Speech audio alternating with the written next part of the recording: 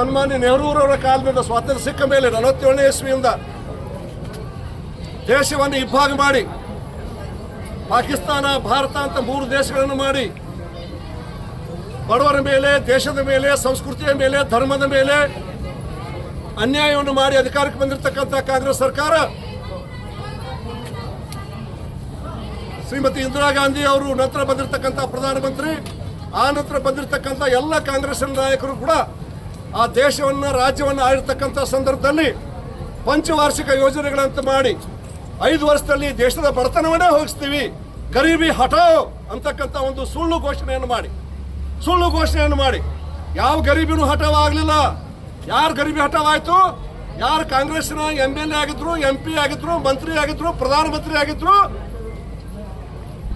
ನೆಹರು ಮಣಿತನ ಸೇರಿ ಅವರೆಲ್ಲ ಸೇರಿ ಕೋಟಿ ಕೋಟಿ ಹಣ ಗಳಿಸಿದ್ರೆ ವಿನಃ ಮನೆ ಇರದೇ ಇರ್ತಕ್ಕಂಥ, ಉದ್ಯೋಗ ಇರದೇ ಇರ್ತಕ್ಕಂಥ, ಭೂಮಿ ಇರದೇ ಇರ್ತಕ್ಕಂಥ, ರೋಗ ಬಂದ್ರೆ ತೋರಿಸಲು ಆಗದೇ ಇರ್ತಕ್ಕಂಥ ಕಡು ಬಡವರು ಯಾರು ಉದ್ಧಾರ ಆಗಲಿಲ್ಲ. ಆಗಿದ್ದಾರೆ ಏನ್ರಿ? ಹೇಳ್ರಿ ನೋಡೋಣ. ಆಗ್ಯಾರ ಹೇಳ್ರಿ, ನಿಮ್ಗೆ ಕೇಳಕತ್ತೆ ನಾನು. ಈ ಔಷಧ ಕೇಂದ್ರ ಯಾವ ಶುರು ಆದವು?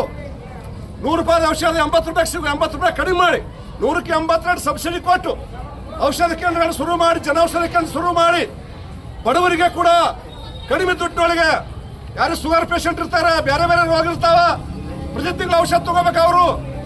ಅವ್ರು ತಿಂಗಳ ಒಂದು 5,000 ರೂಪಾಯಿ ಔಷಧ ತಗೋತಿದ್ರೆ ಈಗ ಎಷ್ಟಾಕತಿ? ಎಲ್ಲ ಕೂಡ ಒಂದು 400-500 ಆಗುದಿಲ್ಲ. 5,000 ಒಂದು 1,000 ರೂಪಾಯಿ ಔಷಧ 200 ರೂಪಾಯಿ ಕೊಟ್ಟರೆ ಸಾಕು. ನೀವು ಕೇವಲ 200-150 ರೂಪಾಯಿ ಕೊಟ್ಟರೆ ಸಾಕು.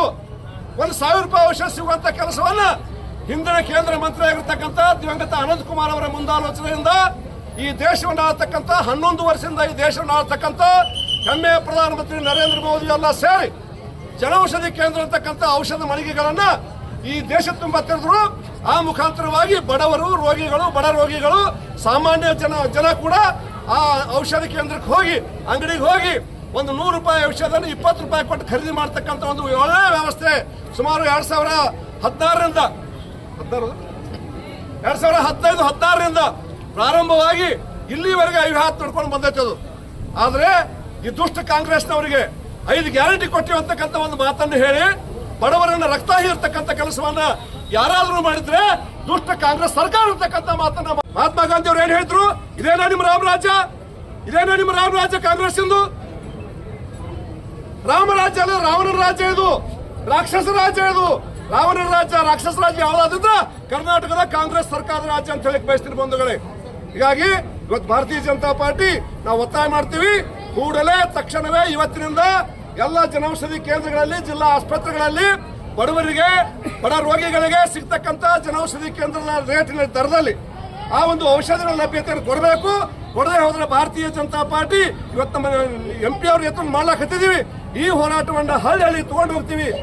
ನಿಮ್ಮ ಬಂಡವಾಳವನ್ನ, ಬಡವರ ಬಗ್ಗೆ ನಿಮ್ಗೆ ಇರ್ತಕ್ಕಂಥ ಮೊಸಳೆ ಕಣ್ಣೀರನ್ನ ಜನರಿಗೆ ತಿಳಿಸ್ತಕ್ಕಂಥ ಕೆಲಸವನ್ನು ಮಾಡ್ತೀವಿ ಅಂತಕ್ಕಂಥ ಮಾತನ್ನು ಹೇಳಿ ಕಾಂಗ್ರೆಸ್ ಸರ್ಕಾರ ಬೇಗನೆ ಈ ಒಂದು ಔಷಧ ವ್ಯವಸ್ಥೆಯನ್ನ ಪೂರೈಕೆ ಮಾಡತಕ್ಕಂಥ ವ್ಯವಸ್ಥೆಯನ್ನು ಮಾಡಬೇಕು, ಬಡ ರೋಗಿಗಳಿಗೆ ಅನುಕೂಲ ಮಾಡಬೇಕು ಅಂತಕ್ಕಂಥ ಒತ್ತಾಯ ಮಾಡಿ ನನ್ನ ಮಾತನ್ನು ಮುಗಿಸ್ತಾ ಇದ್ದೇನೆ. ಜೈ